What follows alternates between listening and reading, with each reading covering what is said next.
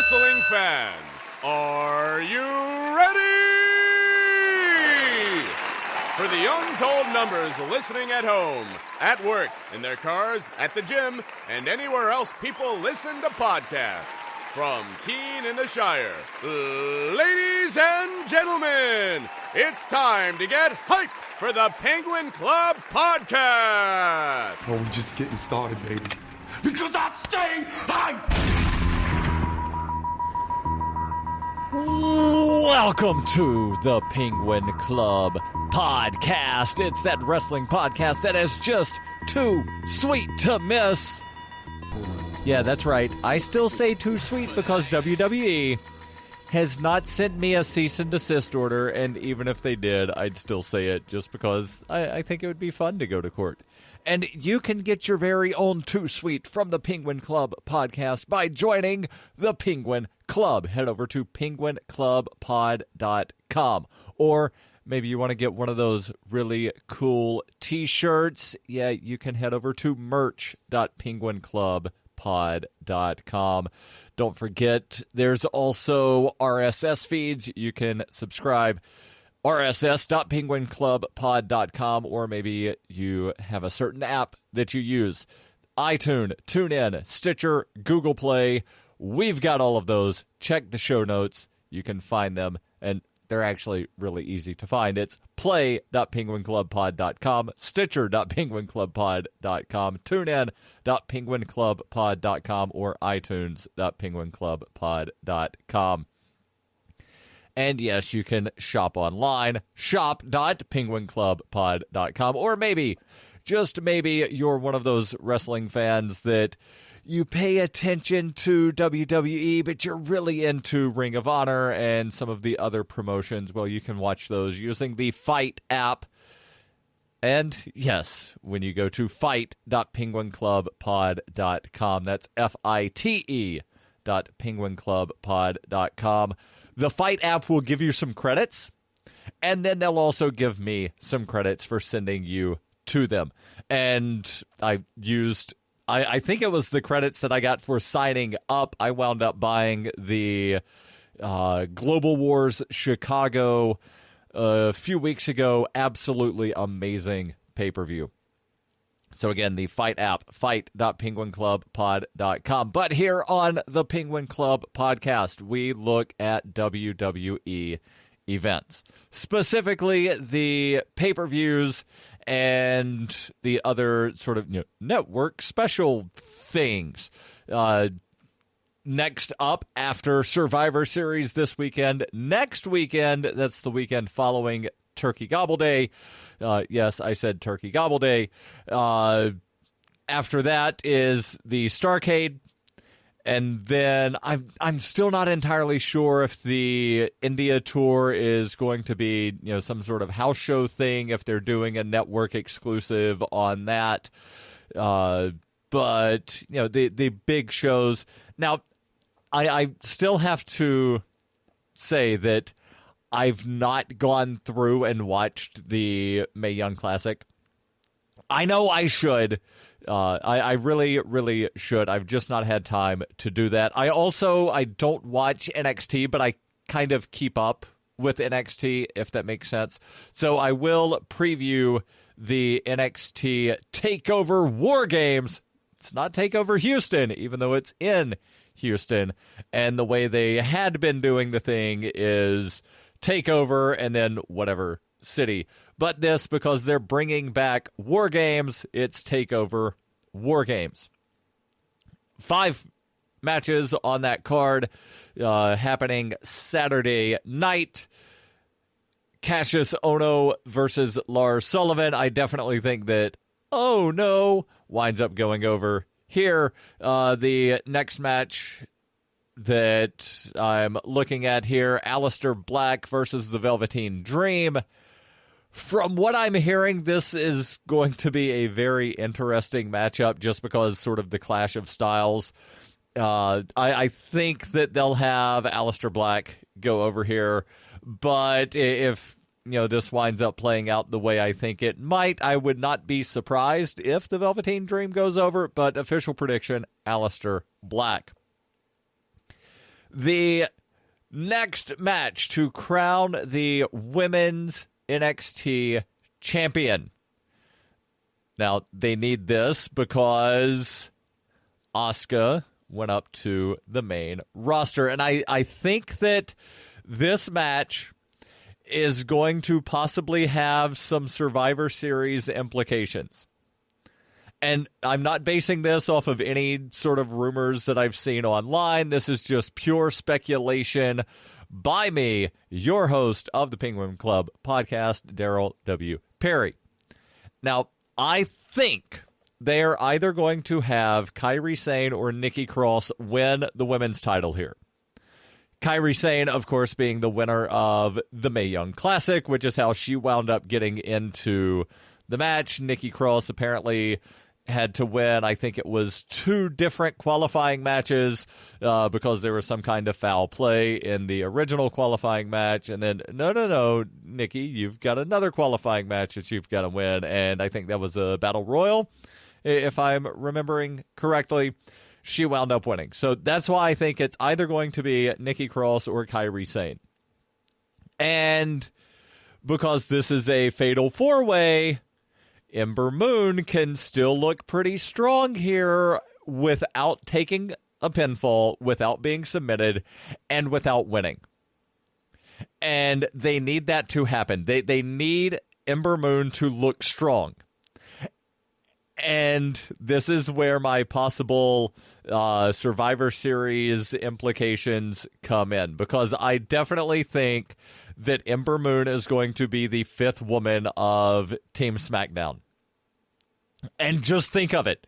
Think about that clash between Ember Moon versus Asuka at Survivor Series. And really, when was the last time that there's been a really big sort of mystery person that comes in and joins a Survivor Series team? It's been a while, right? And, of course, now where they had Charlotte get the belt off of Natty on Tuesday, Charlotte's now in that champion versus champion match against Alexa Bliss, leaving SmackDown a member short to where they've got that unnamed 5th person. Now, I know the rumors are it's going to be Paige. I think you need it to be Ember Moon. Have her come up. And again, because Ember Moon and Asuka will be on separate brands, they're not going to definitely have that head-to-head feud off the bat that they had down in NXT. But just imagine all of the people that have followed NXT and know that history. Now, maybe I'm just playing some wishful thinking and thinking that maybe the creative team for WWE Raw and SmackDown realizes that people would know the backstory here between Ember Moon and Asuka, but I could just see that being some kind of thing, especially if they're the final 2 coming down into that 5-on-5. Now, I don't think that's necessarily going to happen, that they're the final 2, but I definitely do want to see them clash there in that Survivor Series 5-on-5. So prediction here officially is going to be Kairi Sane. Would not surprise me if Nikki Cross wins it, and I think Ember Moon winds up getting a call-up. And again, pure speculation, not based off of anything that I've seen online. The NXT Championship, Drew McIntyre, formerly of 3MB, along with Heath Slater and the modern-day Maharaja, Jinder Mahal. Drew McIntyre versus Andrade Cien Almas with Zelina Vega in his corner. I think McIntyre goes over here and retains. Wouldn't be surprised if there's some kind of funny business and Zelina winds up getting involved, but I don't see McIntyre dropping the belt this soon. And the match that everybody's looking forward to on Saturday night, Authors of Pain, along with Roderick Strong, versus Sanity, versus Undisputed Era Wargames match. Now, I could go over all of the rules, but I will not do that because I've still got to get through the Survivor Series predictions. But Wargames, it's first time in 17 years, over 17 years, that Wargames has been seen in a WWE/WCW event. Last time it happened was an episode of Nitro, September 4th, 2000. I think that Authors of Pain might wind up, I've heard speculation that they might wind up getting called up. Sanity currently are the NXT Tag Team Champions, so I could see one of the members of Sanity taking a pinfall, setting up a challenge by the Undisputed Era. Now, again, that's my prediction, and I need to double-check the rules here on the Wargames match because I don't think it's elimination style. I don't think that everybody needs to wind up being defeated. I think it's just the first pinfall or submission. And apparently, unlike previous Wargames, the NXT version is not going to have a roof. And yes, the first pinfall or submission determines the winner. It's not elimination style, although it's one of those things to where the match does not officially begin until, it officially begins once somebody enters the ring, but the pinfall or submission can't actually take place until all participants are inside the cage. And again, 2 rings. This will have no roof, but they're making use of shark cages outside of the thing to make sure that there's no premature interference, if you will. So, yeah, I definitely think that Undisputed Era here picks up the win, setting up an Undisputed Era v. Sanity feud, and Authors of Pain hopefully wind up getting called up to the main roster and still being able to look strong without actually having to eat a loss before leaving. Now, let's jump over to Survivor Series. And, I'm a little surprised. As of the time that I'm recording this, there's still only one announced match for the 2-hour-long pre-show. Yeah, that's right. There's a 2-hour-long pre-show for Survivor Series with only one announced match. And no, it's not a 5-on-5 match. It's not a 4-on-4. It's not a 3-on-3. It's Enzo versus Kalisto. And it's the second consecutive year that Kalisto has been on the pre-show of Survivor Series, challenging for the Cruiserweight title. I think Enzo's going to retain here. I would love to see Kalisto get the belt back, just because I think that Enzo is better chasing a belt than holding a belt. I also would love to see a 5-on-5 or 4-on-4. I'm not sure how many people are on the Cruiserweight, signed to the Cruiserweight division. If you've got enough to where you can do a 5-on-5 Cruiserweight Survivor Series elimination match on the pre-show, go for it. It would be amazing, especially if you allow them to, be Cruiserweights instead of just, wrestle, but you're small guys. So Enzo retains is the official prediction here. And now let's jump into the full card for Survivor Series. First match that we're looking at is The Miz versus Baron Corbin. And, again, I'm not, and I think I said this a couple of weeks ago when I did my, fantasy book, getting rid of weird gimmick pay-per-views. I'm not a fan of the champion versus champion non-title matches because you really need to have your championships defended at pay-per-views. And this is going to be like the second straight one, where possibly the third, where the IC title has not been defended on the pay-per-view. I think The Miz easily winds up winning over Baron Corbin. I almost said retains his title over Baron Corbin. It's a non-title match. Of course he retains. Miz winds up defeating Baron Corbin. Definitely going to be some distractions, if you will, by the Miztourage. The tag team matchup, the Usos versus The Bar.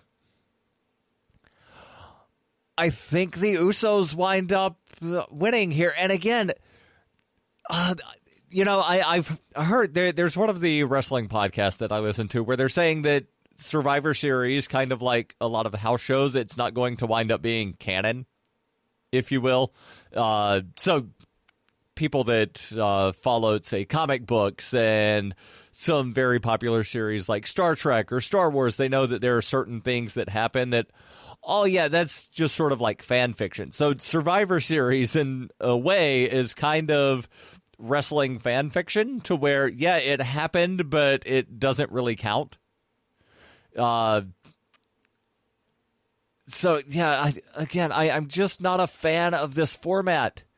I'm not a fan of the format at all because having a champion lose, even though it's to another champion, it's just not good, especially in these non-title, meaningless, throwaway matches. Although that's not to say that I'm not going to be entertained by the vast majority of the matches on this card. I will be.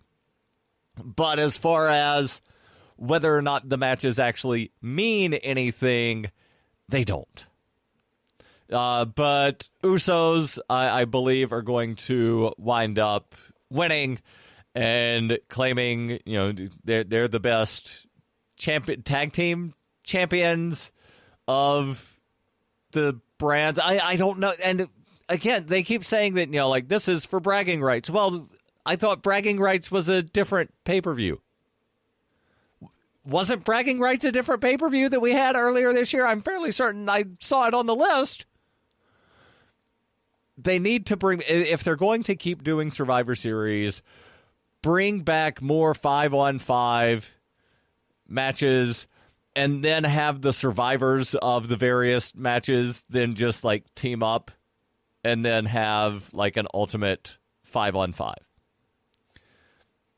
I know that's not what they're doing. They've not done that in many, many years.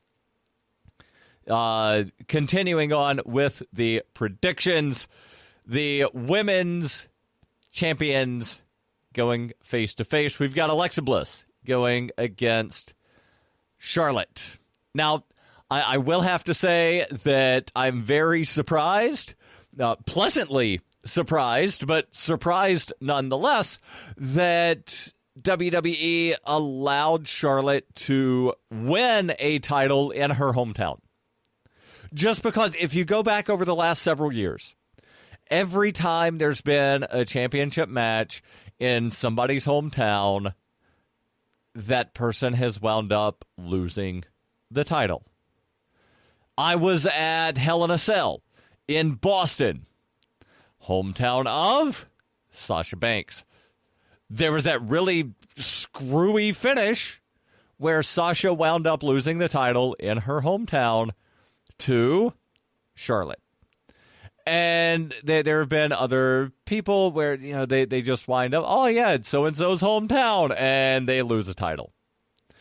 Charlotte wound up winning, and I'm not a fan of the in-ring post-match interviews just because they're generally so bad because the person is exhausted, they're out of breath. At least let them walk up the ramp, grab a drink, and if you're Austin Aries, grab a banana, and then give them a minute. Let them catch their breath. Let them take a drink of water, and then ask them a question. But as soon as 1, 2, 3, oh, hey, here's Renee Young with a microphone shoving it in your face. Not a fan of the immediate post-match interviews, but it happened. and it's probably going to continue happening. But I absolutely loved what Charlotte said of, I wish my dad could be here. I know he is at home watching SmackDown, and, something, everybody's getting teary-eyed. She starts walking up the ramp, and then the music hits. And at first, I was thinking, Alexa Bliss is going to come out wearing a robe. No, please don't be. I love Alexa Bliss. She's absolutely darling. But no, please don't come out and ruin this. Please, Alexa, do not come out wearing a robe. And then who walks out but Ric Flair? Woo! The Nature Boy. He was not at home watching SmackDown. He was backstage watching his daughter win the championship in her hometown. Very touching. But this match, again, I think that Alexa is going to win here. Charlotte is going to look very strong in the match. They need Charlotte to look very strong in the match. I do think Alexa is going to win. I would not be surprised if Charlotte wins, but then Alexa just sort of, goes full heel and beats the ever-loving crap out of Charlotte. But I do expect a Money in the Bank cash-in after this match. And your new women's champion for SmackDown will be Carmella. I'm predicting it right here, right now. Now, I don't know if they're going to have this match before or after the women's 5-on-5 elimination match. I think that might play into whether or not there is a cash-in. But again, I'm officially predicting a cash-in. Next match, the 6-man tag match, The Shield versus The New Day. I do think you're going to have the newly reformed original Shield wind up picking up the win here. And I think it's so weird that in some of the house shows, they've had just different people join the Shield for one night only. Where they had Triple H join the Shield for one night only, after having Kurt Angle having joined the Shield for one night only.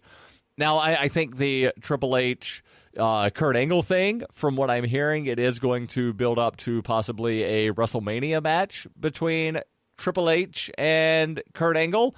And I think that's definitely going to play into who the survivors are on Team Raw. Not to give away my prediction there, but I definitely think that Triple H and Kurt Angle, they're building something up there. And I don't know if having both of them join the Shield was some kind of thing on that, or just, oh, hey, we need somebody to join the Shield one night. Triple H, you're not really doing anything. And he's like, I like wrestling. So, again, the Shield, Roman Reigns, Dean Ambrose, and Seth Rollins going over the New Day is my prediction. Now, before I get into the 5-on-5 matches, the other singles match, you've got the Universal Champion Brock Lesnar with Paul Heyman in his corner, the Advocate, and I absolutely loved the way Paul Heyman turned on the crowd on Monday night. If you did not see it, it's absolutely amazing. He was giving his pitch of, here are 5 reasons to subscribe to the WWE Network. And at first I was thinking, really, they're having him do a pitch for why to subscribe? But he wound up, talking up Brock, talking up AJ, and at some point, somebody decided to propose to their girlfriend. And one section of the audience starts chanting, "She said yes." And I'm hearing chanting in my headphones. I'm like, what are they saying? And Heyman stops his promo. And he's listening. And Brock starts laughing and bouncing and hopping because that's what Brock Lesnar does. He laughs and bounces and hops and smiles a little bit. And I guess it's more of a grin than a smile. But then Heyman walks over and leans outside the ropes and says, just so you know, she only said yes because she's never been up close to a beast like Brock Lesnar. And then he also says, never try to interrupt my promos. Amazing.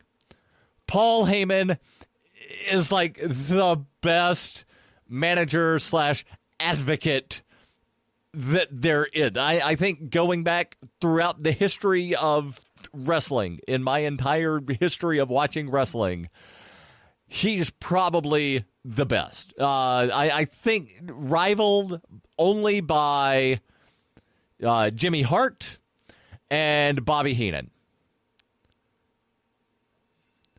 So, Brock Lesnar goes over AJ Styles. I definitely think there will be some interference or attempted interference by Jinder Mahal. Now, let's look at these 5-on-5 matches very, very quickly. We've got the Raw women's team of Alicia Fox, Nia Jax, Asuka, Sasha Banks, and Bayley versus Team SmackDown, Becky Lynch, Carmella, Naomi, Tamina, and to be announced with Lana in the corner. I don't think Lana is going to be the 5th member. I don't think Natty is going to be the 5th member. Remember what I said earlier where that NXT Women's Championship match comes into play here. I think it's going to be Ember Moon. I want it to be Ember Moon. I will be very disappointed if it is not Ember Moon. The only thing that would ease my disappointment is if it's Paige coming back. But I don't know if it will be Paige. Again, I hope that it's Ember Moon just because I would love to see that Ember Moon Asuka head-to-head and have Ember Moon be the last person eliminated on Team SmackDown and have Asuka and Sasha as the survivors of Team Raw. And again, if Carmella winds up cashing in, if this match is before the Alexa Charlotte match, I definitely think you will see Carmella with a cash in. If this match is after, then I don't think there will be. And then the men's 5-on-5, Team Raw versus Team SmackDown. You've got Kurt Angle, Braun, Finn Balor, Samoa Joe, Triple H. I don't think Braun's actually going to take part in the match. He's coming down with Team Raw. But I think that, you know, he's going to see Kane up on like the stage, or Kane's going to pop up on Titantron or something. The match officially begins. Braun's the legal man. Braun then just like runs after Kane, winds up getting counted out. That's really the only way that you can get Braun out of this match without making him look weak.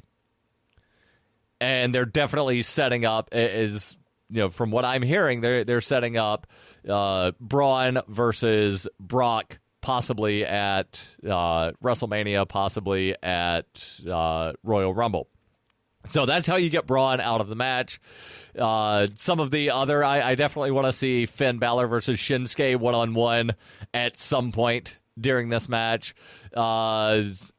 I think John Cena is going to be the last person on Team SmackDown that gets eliminated. I do see Kurt Angle eliminating Shane McMahon. But, yeah, I think Cena is going to be the last man down for SmackDown with Triple H and Kurt Angle as the survivors for Team Raw. And, of course, Angle then keeps his job. Or maybe Team Raw loses and Angle gets fired, setting up that Triple H Angle match at WrestleMania.